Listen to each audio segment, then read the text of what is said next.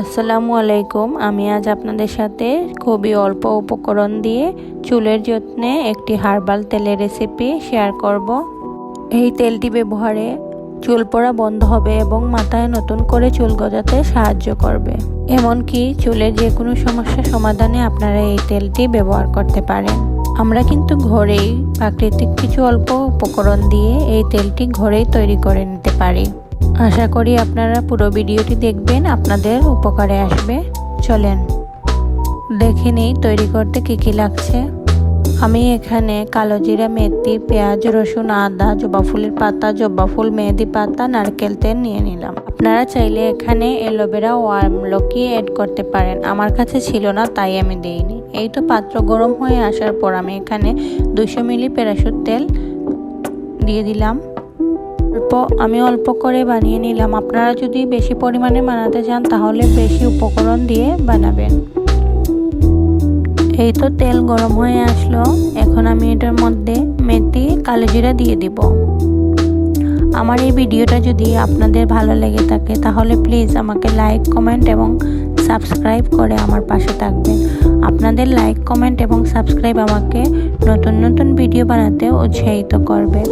এই তো এখন পেঁয়াজ, রসুন, আদা দিয়ে দিলাম। একটু ভাজা হয়ে আসলে অন্যান্য উপকরণগুলো দিয়ে দিব। এই তেলটা আপনারা প্রায় মাসখানেক রেখে ব্যবহার করতে পারেন। আবার 3-4 মাসও ডিপ নর্মাল ফ্রিজে রেখে ব্যবহার করতে পারেন।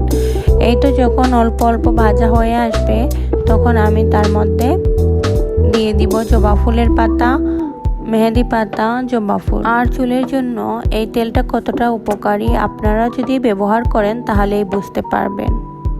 অবশ্যই ঘরে তৈরি করে আপনারা এই তেলটি ব্যবহার করবেন। এই তেলটিতে ইউজ করা প্রত্যেকটি উপাদান কিন্তু আমাদের চুলের জন্য অনেক ভালো। আশা করি আপনারা যদি এই তেলটা ব্যবহার করেন তাহলে আপনাদের যাদের চুল পড়ার সমস্যা রয়েছে ও খুশকি রয়েছে তা দূর হবে। এই তো আমি সব উপকরণ দিয়ে দিলাম।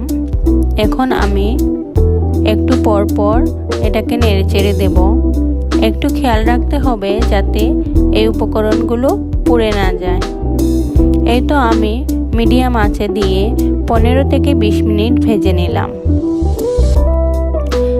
এই তো আস্তে আস্তে ভাজা হয়ে আসছে। এই যে দেখুন 20 মিনিট পর পাতার রংটা এরকম অবস্থা হয়ে আসছে। আরও 2 মিনিট এভাবে লো আছে ভেজে নামিয়ে নেব। আমি এই তেলটা ছাঁকনি দিয়ে ভালো করে ছেঁকে আপনাদের সামনে নিয়ে আসবো। তো চুলার আঁচটা কিন্তু লো আঁচে রেখেই বানাতে হবে, কখনো মিডিয়াম আছে কিংবা বেশি আঁচে বানাতে যাবেন না। দেখুন পাতাগুলা কিরকম মচমচে হয়ে আসছে।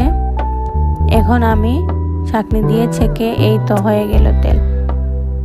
আপনারা কিন্তু ঘরে ট্রাই করে দেখবেন।